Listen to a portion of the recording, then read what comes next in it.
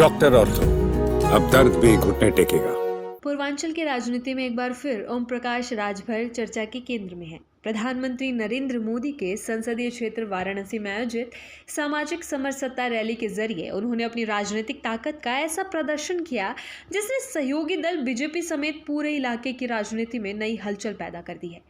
Rally में उमड़ी भीड़ ने यह संकेत दिया कि राजभर सिर्फ गठबंधन की राजनीति तक सीमित नहीं रहना चाहते, बल्कि अपनी स्वतंत्र राजनीतिक पहचान को भी मजबूत करने की कोशिश में है। 26 अप्रैल को वाराणसी के पिंडरा इलाके में आयोजित इस रैली को सामान्य राजनीतिक आयोजन नहीं माना जा रहा। बड़ी संख्या में लोगों की भागीदारी ने इसे शक्ति प्रदर्शन में बदल दिया। राजनीतिक विश्लेषकों का मानना है कि सामाजिक और जातीय समीकरणों को समझने वाले राजभर का हर कदम सोची समझी रणनीति का हिस्सा होता है। ऐसे में रैली भविष्य के चुनावों से पहले जमीन मजबूत करने की कवायद के रूप में देखी जा रही है। रैली के बाद यह सवाल तेजी से उठने लगा कि क्या ओम प्रकाश राजभर आने वाले चुनावों में अकेले उतरने की तैयारी कर रहे हैं। हालांकि इस पर उन्होंने खुद स्थिति साफ की है। एक इंटरव्यू में राजभर ने कहा कि फिलहाल उनका ऐसा कोई इरादा नहीं है और वे बीजेपी गठबंधन के साथ ही आगे बढ़ना चाहते हैं। उनका कहना है कि गठबंधन को मजबूत करना ही उनकी प्राथमिकता है। उनका ये रुख कहीं ना कहीं संजय निषाद की रणनीति से मेल खाता है, जिन्होंने पहले ही बीजेपी को बड़ा भाई बताते हुए योगी आदित्यनाथ और नरेंद्र मोदी के नेतृत्व पर भरोसा जताया है। इससे संकेत मिलता है कि सहयोगी दल फिलहाल एनडीए के साथ रहकर ही अपनी राजनीतिक जमीन मजबूत करना चाहते हैं। इसी बीच आजमगढ़ की अतरोलिया विधानसभा सीट को लेकर भी राजभर के बयान ने राजनीतिक चर्चाओं को और तेज कर दिया है।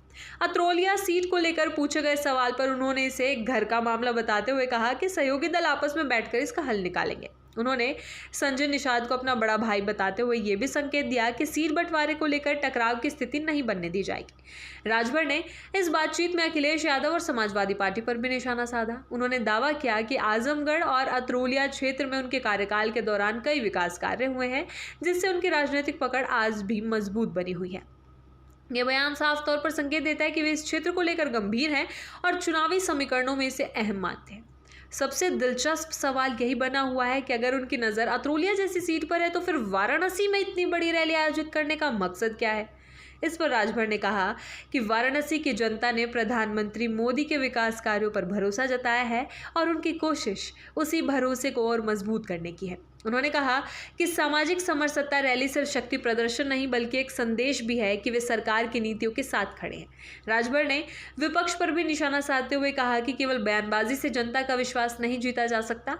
उनके मुताबिक जनता के बीच जाकर काम करना और जमीनी स्तर पर उपस्थिति बनाए रखना भी असली राजनीति है।